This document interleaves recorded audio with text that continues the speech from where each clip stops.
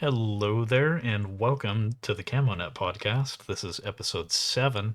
I am your host, Bambi Sandy, with a group called Camo Net Supremacy, and we cover Armor Reforger and the competitive community for the game.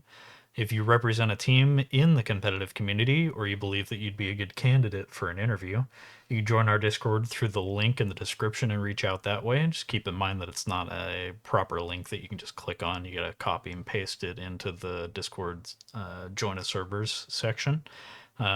We're also currently looking for people that are comfortable with being anonymous sources for their teams, communities, and organizations to support proper journalism for the scene. The aim there is to speak to events after the fact and to drive depth, accountability, and interest for the scene. Like ARCL, Armor Competitive League Season 2 is coming up. So the idea for journalism in that regard with anonymous sources is, Season 2 comes and goes, and you can speak to, my team did a really great job with train up, and that's why we won the match and stuff. And the idea with that is that it's kind of anonymous sources. If you want to be explicitly named, that's cool, but that's not really the intent. Just so that way there's no retaliation against people. If you're a fan of our content and want to subscribe, that's fantastic, but we aren't really looking to appeal to a mass audience, and we expect to annoy some people down the line, so we don't really grow. We don't expect to grow the audience past a certain size, let alone making any money off the content. We're planning to hold our first community debate about the game in a few weeks, where we'll select from 3 or 4 different topics. 2 to 3 people represent the pro side, and 2 to 3 people represent the con or the counter positions. If that sounds like something you'd be interested in, please reach out through the Discord. Our content doesn't feature any crazy overlays or editing on purpose. So aside from technical issues and bits on the front and back end of these recordings, we kind of leave everything in the middle for transparency.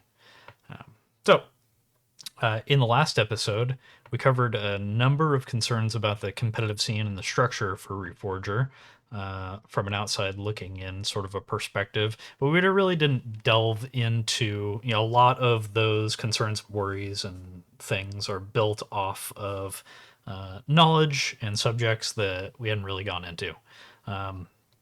So this episode, we're going to speak to some of the issues that plague the ordinary game, and then we'll use that as an opportunity to underline some of what needs to happen in the competitive scene to account for those issues. Overall, we're going to talk about map design for conflict and objectives-based game modes, because there's more than just conflict that revolves around like taking a base, but gunplay, general balancing, and the lack of depth that comes with gunfighting as like an infantry guy or ground game. The lack of incentives and consequences within the game, along with whether realism should take a precedence over enjoyment. And finally, whether Bohemia should be making global balancing changes to weapons and vehicles to begin with. I would like to start off, before we get into those, though, had a little bit of fire, a little bit of drive. I'd like to speak, not that I think it'll be the case, but I'd like to speak to Bohemia just real quick. Just a small section that speaks either directly to a developer or people that have influence with the development.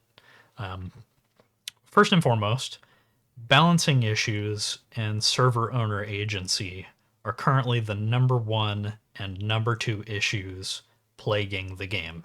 It's not driving mechanics, it's not gunplay at large.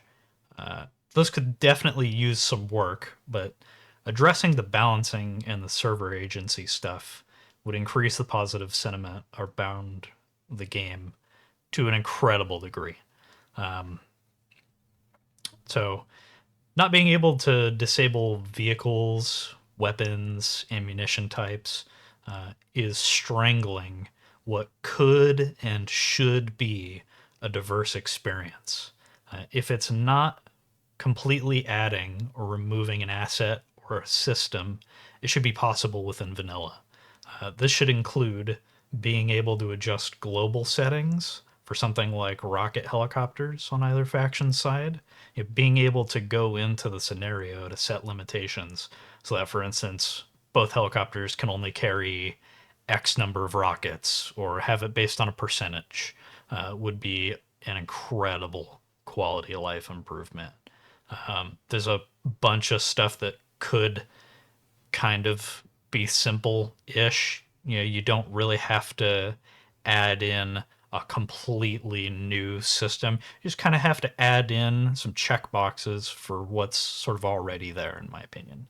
Point number two, you guys should really learn from Squad's map release issues. And I use that as an example because I come from Squad. I don't come from something like Hell Let Loose or Postscriptum or whatever. So I'm just speaking from my experience.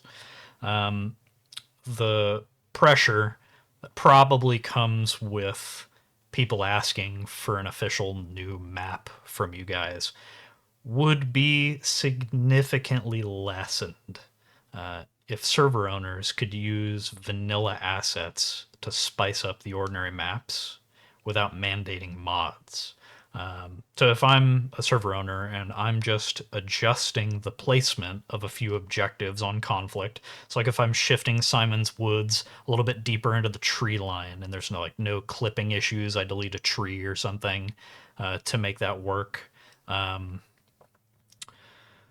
Or if I'm adding some boulders into an area like a field that would make close gunplay more viable. I think of like coastal base Morton or coastal base Chotain, more Morton, I guess, that would really benefit from breaking up a lot of sight lines, and suddenly you've completely changed how that area plays. And you're just using like the ordinary game assets. There's no like extra stuff. There's no new stuff that people have to load in, just extra stuff. And then being able, if you're able to do that stuff, to just download those specific changes that are made like a mission file in Arma 3. And if I'm not adding a whole new asset to the game, new weapons, new objects, new buildings, new modes, and I'm just going into like the base game, hey, that's just one extra instance of that, boulder or house that's everywhere around you in the game already. That's kind of what I'm speaking to there.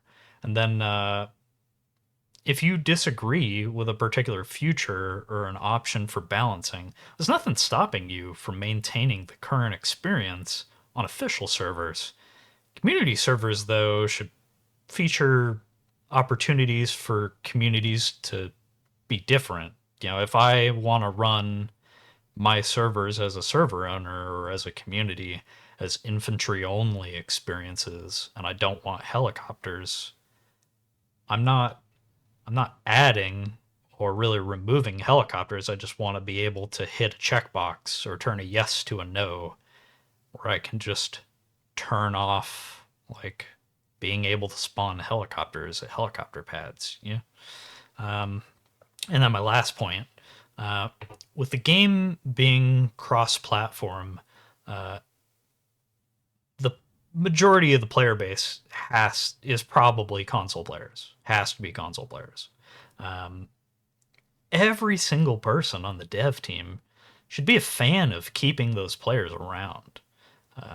Mandating that console players download loads of mods just to account for issues that should be adjustable with the vanilla game isn't really like a good position or a winning argument. So that little section aside, there's a 0.005 chance that this video might reach someone in that sphere of influence's ears. So I just wanted to get that kind of out of the way. So into the topics proper. Just gonna warn ahead of time, this is about to be a little bit of negativity. On sneeze. All right, sorry about that. So first subject, map design. We're mainly going to be talking about like Everon and Arland. It's kind of no point in speaking to modded or custom map design philosophy, but the current methodology for map creation and Squad was kind of the same way, especially with each successive map that came out later in its life. Um, it's really driven by just recreating a real place and doing small adjustments and smoothing from there. It doesn't really seem like it's design or oriented around designing something that's fun to play on. Um, in a, in my opinion, that comes with a lot of pacing issues and inefficient dev time. You know, you're going to spend X number of hours putting furniture in a building that maybe over the next 6 months across all of the servers on something like Everon, maybe 100 gunfights will happen in that room. I can guarantee you maybe one of them will revolve or change based on the furniture in the room, right? That table in between you and the doorway might stop one round. The room could otherwise just be empty, and you would still get snuck up on and killed, or you would protect the doorway and kill someone trying to come after you. Um, the objectives currently have to conform to locations and terrain, as opposed to terrain and locations being built with the objectives in mind.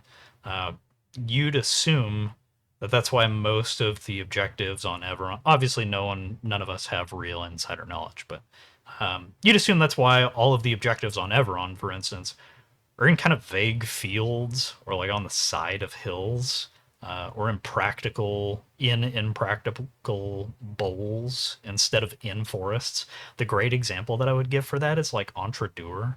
Um, that hill is actually, I think, accidentally really fun to fight on just because it's like kind of right at the top of the hill, so you can sneak up the hill and not immediately get killed by any Joe standing there. But um, why can't that objective be sunken into the tree line a bit? Or like Simon's Woods, it's just on the edge of a clearing or in between the clearing. Wouldn't it make sense if it was like 40 meters to the north, like in that tree line next to the farmhouse? Um, there are so many objectives. Obviously, it makes sense for some objectives, like military base levy, right? Like it's the military base. That's the objective. Like you're not gonna move that around. But a lot of these side objectives, like Tiller's Find on the northwest side of the map, I know I'm getting kind of technical for people that probably aren't like super into, can't picture immediately the map in their minds, but um, just almost kind of feeds and supports the rocket helicopter issue, because like if every objective is just, you can look at it from 5 miles away and go like, oh yeah, there's a BTR right there. That doesn't really help, does it? And then that ties into the conversation that we'll have later on incentives and consequences in the game. But the whole making things pretty uh, thing is a little perverse when that's more important than fun. Um, or there's more of an emphasis on it. And the greatest example that I can kind of give of that is the lighting issues come with buildings and general shade. Absolutely ridiculous, right? Some guy can be 5 feet in front of you, but because he's like technically at the edge of a tree line, or a clearing, and he's like classed as under the tree, or like, well, he's kind of next to that bush, so he's just fucking pitch black. Like, is the insinuation there that there's no ambient lighting at all? Like, there's no light kind of bouncing off of the ground right in front of the guy? And maybe that's just an Unreal Engine annoyance, but fuck, is it so, when you're talking about gunplay and sort of quality of life, just ridiculous. Definitely needs an update or a fix. Um, objective spacing as well when we're talking about map design. So like how far the objectives are to each other um, has a direct influence on a lot of other game issues too. And the example that I would kind of give for this is really like supply draw on objectives. Because if you have to use a car to get everywhere, because if you walked, it would take you 6 minutes to get to the next objective. You're not going to do that. You're just going to spawn a car every time. Well, you might attempt to attack an objective 6 times. And then even outside of that, you might flip the car twice and die each time. So that that's all based on objective spacing, right? I think about some of the more fun objectives on Everon to fight over are like Levy to Laruns, right? Because it's just a short chunk of woods to fight over. Um, it's a really quick run. If you lose one base, you can immediately get back in there and start contesting it again. Um, it, most of and I ask a it comes up in other debates and conversations all the time that I have with people, but I consistently try to see if anyone else recognizes why the west side of the map sucks more to play on than the east side of the map, and that feeds into it quite a bit because most of the objectives on the west side of the map are not only inconsequential if you're like north south to getting to the other side of the map, um, but the objectives are so spread out, and so many of the objectives on the east side of the map are super close. Um, so, um, then another map piece or subject topic, being able to rotate through the maps would be, and by maps I mean scenarios, would be huge, huge quality of life increase. Um, and by that I mean, there are technically a ton of scenarios for each map. Everon has like Everon East, Everon West, Everon North, Everon South, where it's a thin slice of the map that you're kind of playing through. But with how the game handles, for instance, like every time someone wins a match, the server resets and kicks everyone off the server, and then it just reloads the same scenario. Why can't it be a rotation where the match ends and then it just loads, even if it kicks everyone off, loads the next scenario?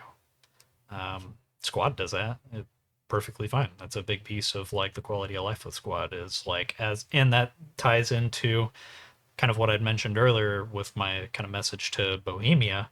If that would be a huge way to differentiate your community and your servers from another one's, is the rotation is different. We've selected these maps and that server over there selected what we'd argue aren't as great maps.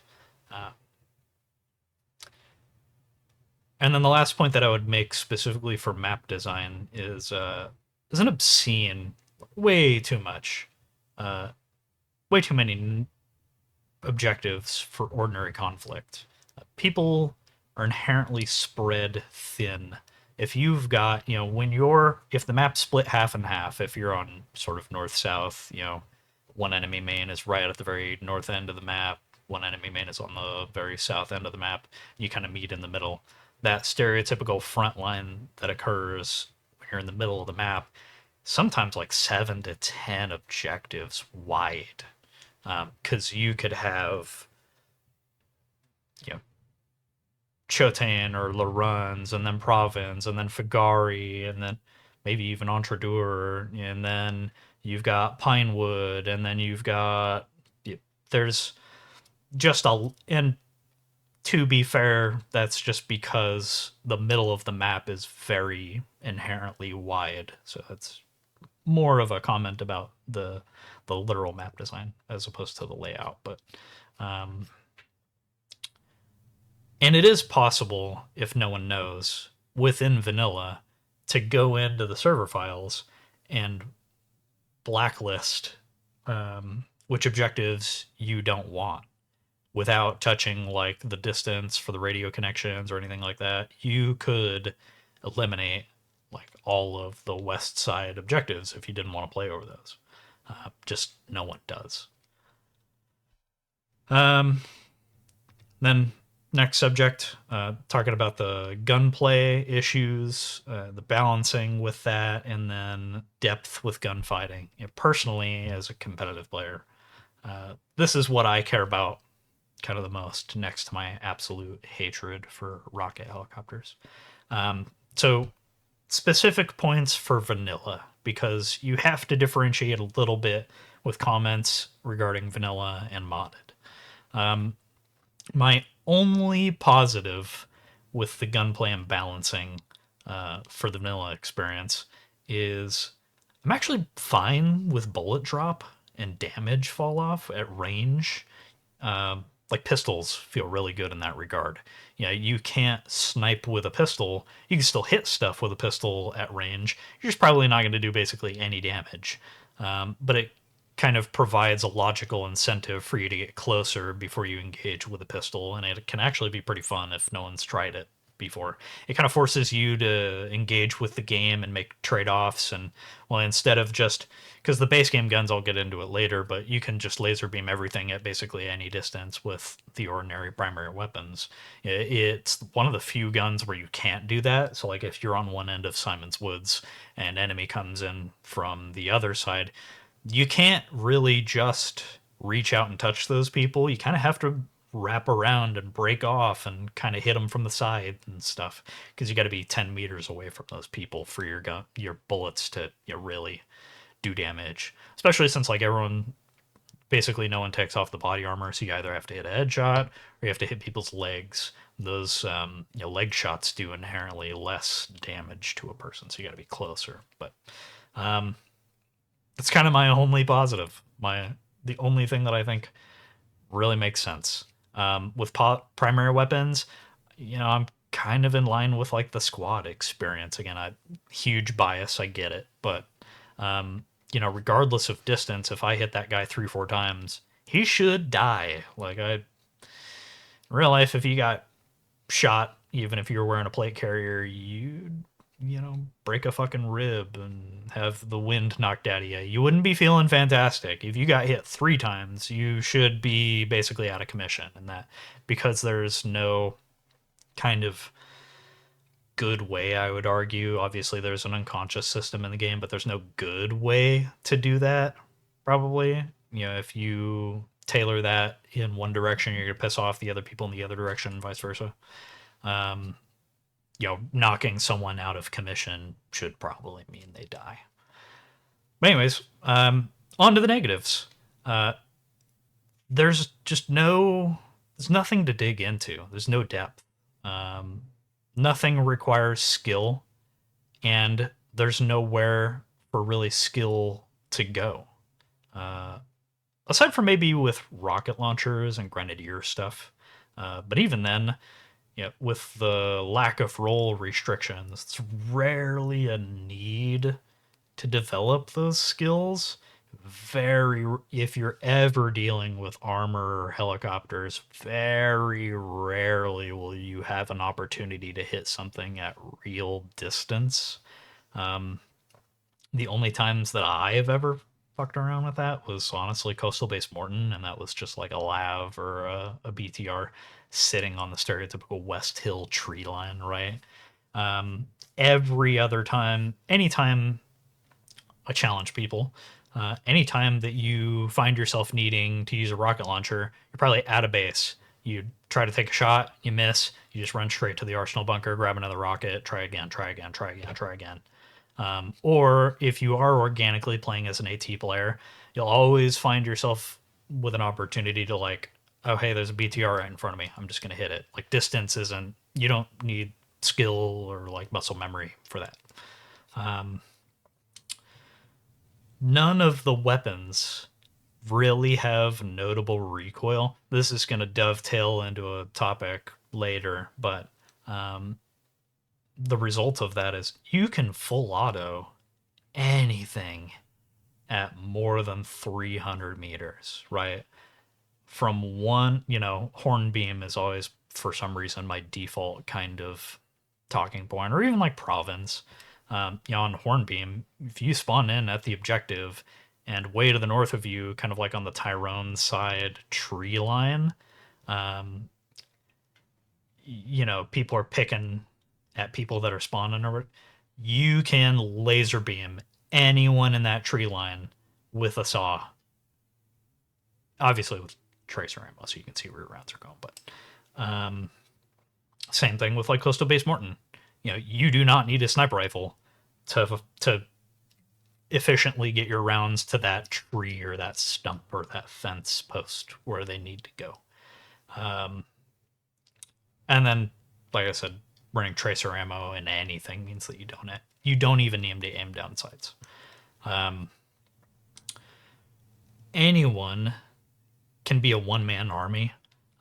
Sniper and light machine gun combinations are more common than not. You have to make an active choice, at least for me and the people that I've talked to. And I talked to a pretty good spread of people that like don't even agree with 99% of my talking points. You have to make an active decision to not use a sniper rifle or a light machine gun in this game. So combinations of the two, pretty common.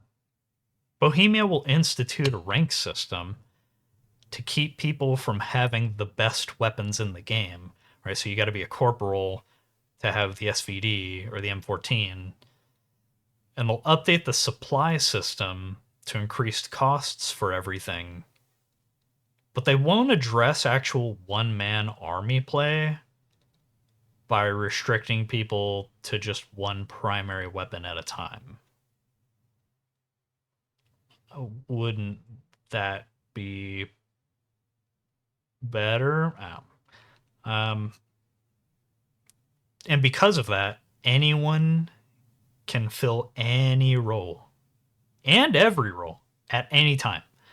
So like I said before, if armor rolls up to your objective, you hear it, you see it, someone calls it out on the radio or whatever. Anyone can just run over to the arsenal bunker and grab a rocket launcher. Anyone can grab a light machine gun to shoot at a passing by helicopter. So if anyone can do anything anywhere, there's no incentive to play specific roles or to diversify. And if you don't need people to play certain roles, there's no squad incentive for asking people to play different roles, right? And then it, again, dovetails into a later subject. There's no consequence for having or not having a particular role in an area, right? You don't feel the pain of not having your squad's AT guy on the objective with you because he's AFK making dinner or something, because everyone's getting slaughtered on your objective and no one can pull out a rocket launcher. Everything becomes really bland if that's the case. So the explicit example that I would kind of give to really make that point, because I think that it's really important, and this is one of the things that people disagree with me on the most, and I feel like that's an experience thing, or an experience mismatch. So if each team, hold on, squeaky chair. If each team can only have one sniper, for instance, with a good scope, the sniper on your team gains inherent value because because now there's an incentive to pit your sniper against the enemy teams, right? Obviously you would have to pair this with like a specific sound signature or something like that, kind of like Squad has with the Timberwolf, where you hear that fucking thing from miles. Because if no one else can really deal with that guy at range effectively, now you kind of have to ask like your sniper over team chat, like, hey, we found the enemy sniper, he's over here by this objective and we just can't get to him. If snipers are the only ones that are allowed to have proper scopes, there's an incentive for the opposing team to find and deal with that sniper because he's a big deal. The same thing should be true with mortars, and it just isn't. I do, but I don't know what Bohemia was thinking when it came to mortars.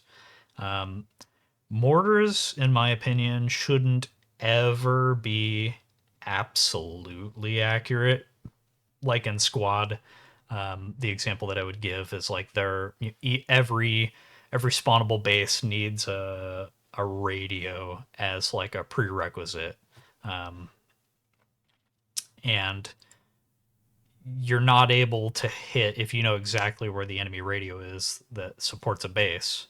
You can destroy the radio and then you destroy the base.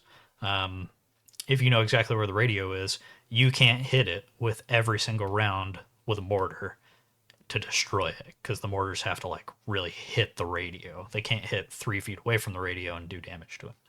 Um, but you can hit like 5 feet away from the radio because you know your rounds are actually going there. Um, so they shouldn't be pinpoint accurate, but you should be able to hit a barn at distance with like every round. I think of like the barn on Montanak, right? If I know that the enemy's taking that base and we've lost it and I'm on Hornbeam or something like that and I'm counter mortaring to kind of kill some of the enemies ahead of like a friendly push or something, right? And I know that they're probably all in the barn. There's no excuse for why I can't hit that barn with every mortar round to bring it down. So like maybe a 10-meter dispersion or less, because then that makes mortars a genuine, real deal threat, like a really big team asset in an area. And then they become something that has to be solved if you're the enemy team immediately. You can make a counter mortar team that like hunts the sound of the tubes firing, right? You really have to go deal with that, and that's how that ends up feeling in Squad. Is the distances for that mortars can travel is significantly less than in this game, but so you're in Squad, you're typically always close enough to hear like the distant tubes firing, but yeah, that's kind of beside the point.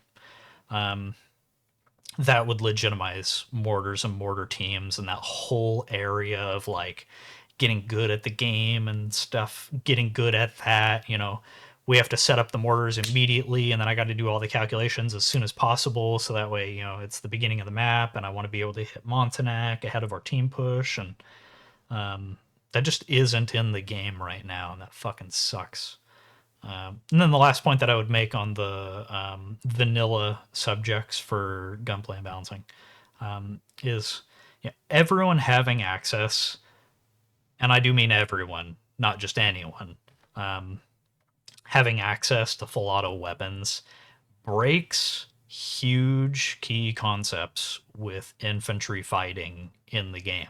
Using bushes or objects on an objective for concealment doesn't matter if I can just hose down the tree line or the bushes that are right in front of me with my AK, right?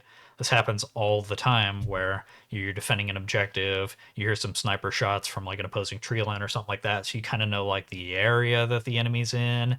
Like Simon's Woods, there's always going to be someone on that northwest part of the tree line, not quite across from you, but sort of kitty corner up the hill, so you kind of know where they're at. You'll wrap around if you can't already see the guy just outright. You'll wrap around through that tree line. You'll kind of know, like, I think this guy's right in front of me in this clump of like 3 or 4 bushes. I'm just gonna spray through the bushes and I'll probably get him. Movement speed, if you're coming around a corner, say in a town like Montanak, right? Movement speed, stamina, my stance, am I coming around the corner crouched or standing? None of that matters when I can just reactively, all I have to do is hit C on my keyboard and I bring my gun up from low ready or from the running, and I can hose down anything that's close or like on the other side of the street without even aiming down sights. Is that, it's probably not a good and then how do you feel if that happens to you, especially like if if you're crouched or you're prone, if you're, walking up to a buddy to revive him or something like that. I don't fucking do that shit, but you're not like in an animation, so you were gonna die anyways, and you should have the opportunity, if you have like better stamina, better stance, to like see the movement, look up, and aim down sights and shoot the guy, and you die because I just wasn't even aiming down sights. I just sprayed. That should never be effective. And then my only kind of comment for the modded experience, partly, I'm going to go ahead and just throw myself under the bus. I don't play on modded servers. Every time I do it, I just get so fucking mad. So mad at myself, so mad at the experience within like 5 minutes. But with that out of the way, my main complaint about modded servers is they don't seem to address anything wrong with the vanilla game. Most servers remove rank restrictions for everything. I say most because there's a chance that I haven't played on one person's server that's got 20 people on it. But removing rank restrictions for everything and providing access to inherently unbalanced weapons and vehicles doesn't make the experience better. Arguably, removing the left and right limits that come with the vanilla game makes for a worse experience, not a better one. You don't say, like, I don't like the prices in this store, so I'm just going to steal everything and kill the cashier. It's kind of that's as severe of an overreaction as it kind of feels. Hyper fast and efficient rocket-based helicopters, right? Apaches that have 75 fucking rockets, as many as the Mi-8, but they move at like the speed of a jet. That can pop flares when you try to shoot AA at them. And the response to that is always, just get good. Just pair yourself up with another guy so that way you can shoot another AA when that guy runs out of flares. What a fucking pathetic talking point. I know I'm trying to curse less in these, but so dumb. The counter, just the final point that I would make on this, just kind of button it up. The counter to this experience sucks for vanilla shouldn't be, so let's have no experience at all. Right? I'll always kind of be off base with that. Next subject, incentives, consequence, and realism. So specific points to squad structure. This is just, I don't know whether because squad's based on a mod called Project Reality. I don't know if this was a thing in that game and they just copied it over, or if there was a guy on the dev team early on that deserved a big fucking bonus. But one thing that game got really right was trade-offs and squad structure, incentives and kind of consequences, tools to like enforce, hey, no, our squad's going into this area, not that area. And Reforger just sucks at it so far. So specifically with squads, there's really currently no reason to be in one squad versus another. Some mods so far, like Escalation, have gone through and added experience incentives for like being in the area, like a radius from your squad, or like your squad taking an objective in general. I haven't really formulated I haven't been able to articulate well why that doesn't work, but you can kind of just look at the experience as it stands for those mods and go, if something's just that's not being addressed either as well as it needs to be, or maybe it just needs a little something else, or but something's lacking out of that. I would just like to point out. Not being able, another point for squads, more just team wise, not being able to see people on the map at all times is a really big detriment to both the ordinary player that's just got 30 minutes to play and the squad leader, the commander, that might play 5 hours a day with the game. Um, Team kills are constant and they almost never have anything to do with intent, right? It's really more often than not, it doesn't have anything to do with my ability to like recognize that there are friendlies in the area, and it has typically more to do with like, hey man, I'm 5 feet away from you and your name didn't pop up. Well, it's technically because like the bush blocked line of sight, and they've improved it with each update a little bit, so the bushes aren't as egregious and the fences aren't as egregious, but like it's just wonky. Most of the team kills, the absolute majority of the team kills that I've seen and heard about, um, didn't really have anything to do with like not PIDing your targets. If that kind of makes sense, I'm sure I'll get pushback on that, but um, maybe a good compromise in that regard, because to a degree, I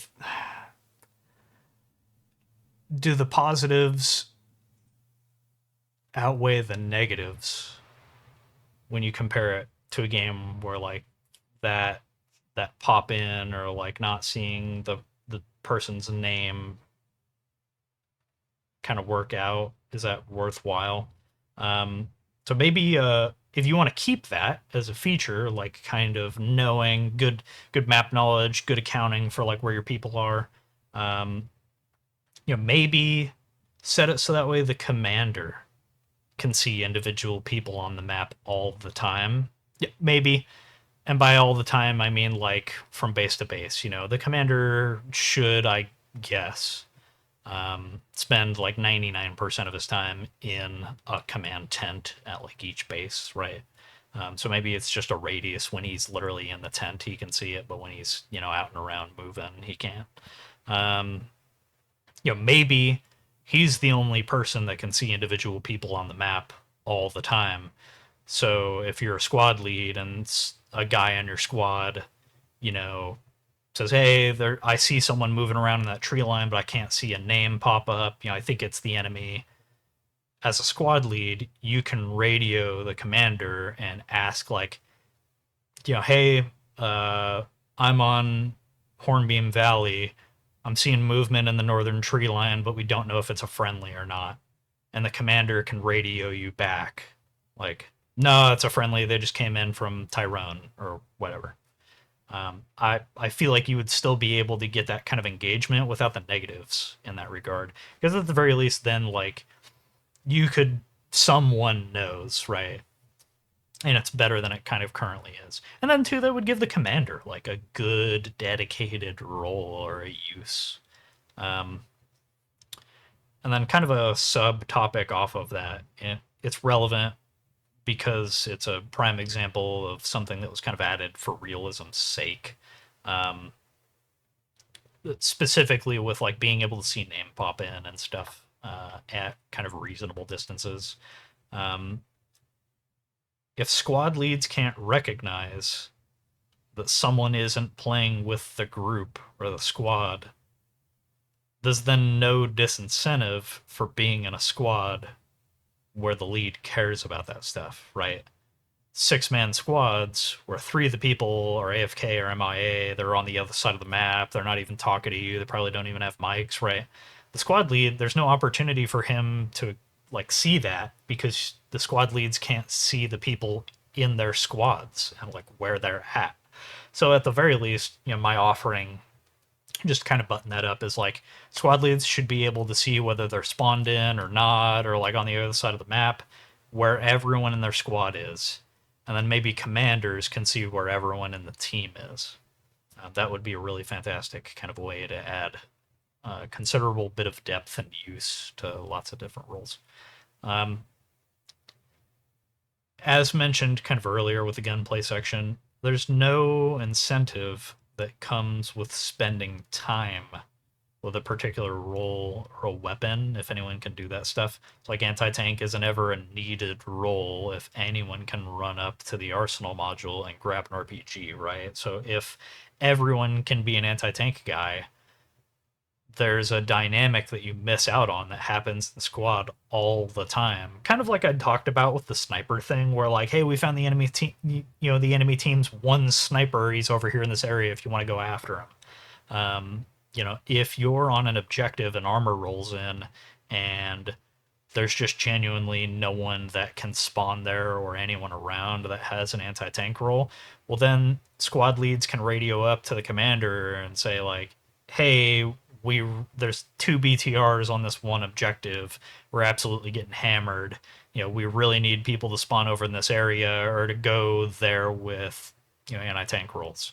And then that's like a level of interaction that just currently doesn't happen with the team. That would be fantastic.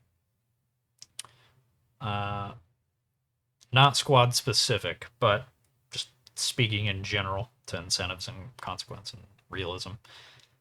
There are so many objectives on the map to attack or defend at any given time. The game becomes less about fighting and interacting with people, and it's more about avoiding interaction if you want to win, destroying radio towers, backcapping bases, blowing up supply trucks and stuff, um, at at a cost to like every role in the game.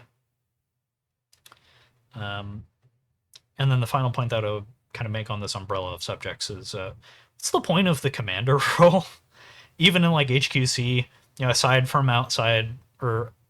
from approving or vetoing base placements, which I'm just going to inject this here, totally freelance. You learn from squad like the commander shouldn't be able to approve or veto fucking base placements anyways. If you're a squad lead that knows what the fuck you're doing or like what's going on, place that thing. You're the command authority. You're the guy that's actually fucking there, right? That's just an unnecessary. No one really plays HQC, but like that's just an unnecessary friction point. Because like even if the commander gives a fuck, but he's defending the base that he's on or something like that, he can't go into the map and approve your base placement. So like your whole team is stunted because that guy was busy or AFK. Like,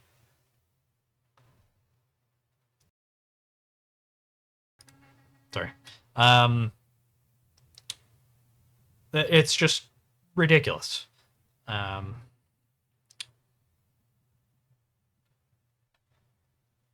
there's an opportunity there to give kind of real consequential powers though. So like if you kind of take the ability to approve or veto base placements from the commander, you can kind of give something else back to legitimize that role in a way that still currently doesn't exist. um, the commander should have consequential powers. Like, what if to approve armor or helicopter spawns, a la squad. In squad, it goes to the squad lead, but like if you go to spawn in something that's consequential for your team, like a really expensive helicopter or piece of armor or something like that, what if that just goes up to the commander and the commander's like, no, what the fuck are you trying to spawn a vehicle on like our frontline base that has barely enough, you're going to spawn in that vehicle and it's going to leave 5 supply left on the base. No, fuck off. Go somewhere else.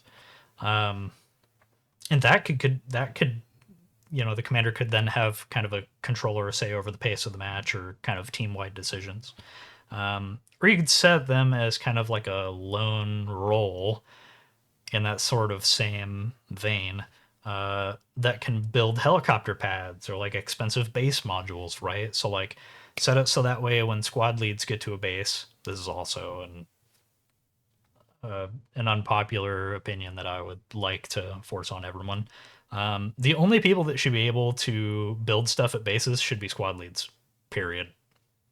Anything. And then on top of that, in my opinion, that also goes with digging down things. I don't think that someone that had no hand in building up a base or like taking a base or something should be able to go in and delete base modules. Fuck off. Um, I think that should just be squad leads. And then on top of that, I would like to offer that the only people that should be able to place down may be heavy vehicle depots. It would be kind of nice if they separated heavy vehicle depots from like armored depots and made that its own thing. But, you know, heavy vehicle depots, helicopter pads, so that way they can kind of control the pacing and like supply logistics, what's at what base and what isn't. Um, Set it so that way if the team, really wants a first aid tent at a base, the commander's got to spawn in there. Like, is that an issue? Um, Next subject, little inflammatory. Uh, Bohemia's 20, what I'm calling Bohemia's 20-year-old vision, right? Kind of goes along with sort of the idea or the expectation, the reality I would offer. Video game companies kind of don't fucking know what we want and probably don't really care to a degree.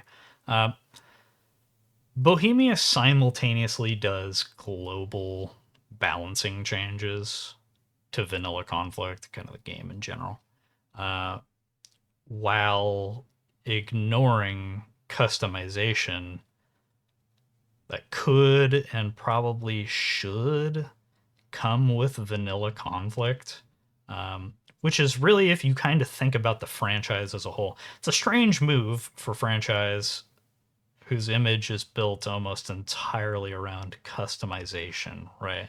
Arma 3 is still kicking. It's like King of the Hill servers and all that good jazz. Because people are able to make their own thing. Even with just like the base game, right? If you aren't completely, or I kind of touched on this earlier with the sort of statement to Bohemia, but if you aren't adding or removing assets or like complete systems, why do you require mods, right? It makes sense for a map, right? Because the base game doesn't come with that map that you want people to play on your server. But why can't I just turn off rocket helicopters on my vanilla server? Like, I'm not really removing the helicopters or like arguably changing a line of code or like adding something that isn't there. You just checkbox, bam, or a yes to a no. Why can't I add rank restrictions? Why can't I remove ammunition types? Right? Like, why? What if I want it so that way there are no rank restrictions on anything, and my server's just kind of a mess around place where people, if someone's never really had a whole lot of playtime with the SVD, they can just spawn in and run with it and kind of get better at it, or RPGs or whatever. And then like ammunition types is huge, right? Like, what if I don't like the balancing of having the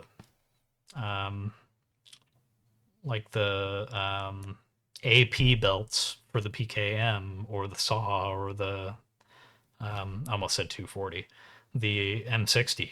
Like, again, checkbox. Like, I don't understand.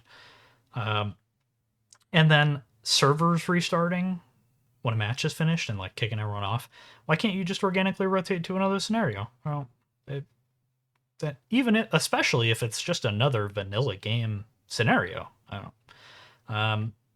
And then if you're constantly getting friction and complaints about the balancing, maybe don't give people an opportunity to tune, or sorry, maybe give people an opportunity to tune their own balancing. Again, just like checkboxes, because we're not talking about the official vanilla servers.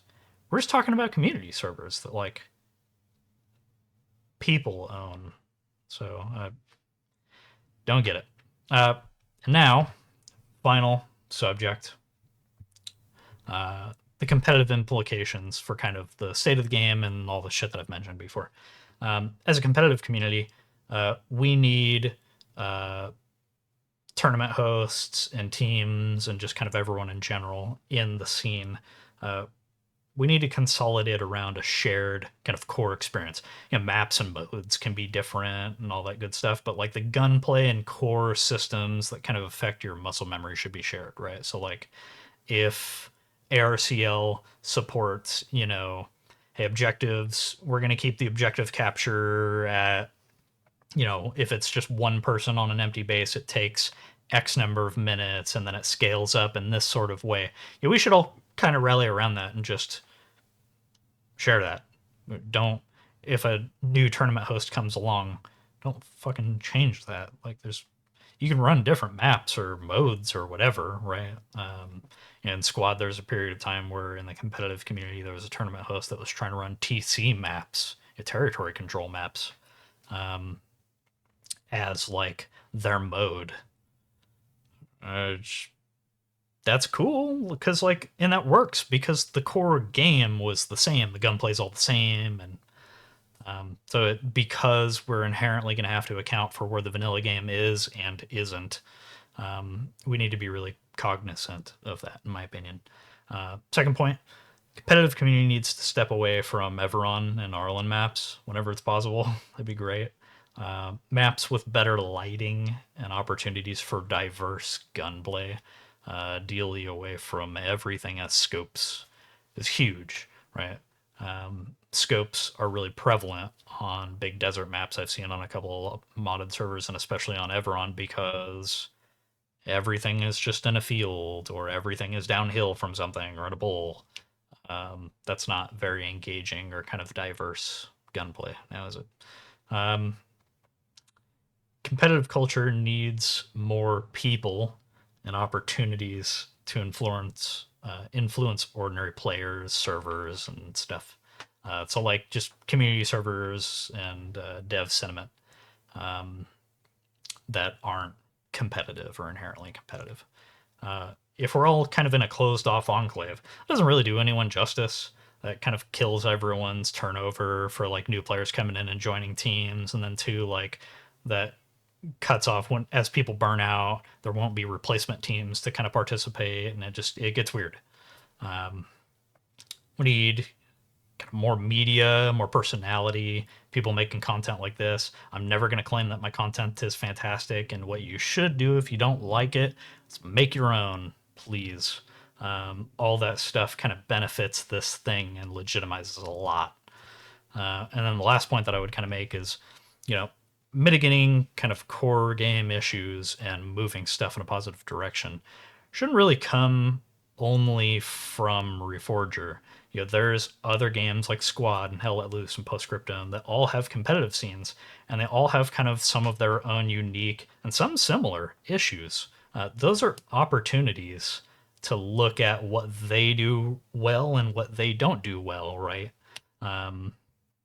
To account for issues that haven't quite hit us. Maybe in a year, like I talk about how bad coalitions are and super teams are as coalitions in Squad.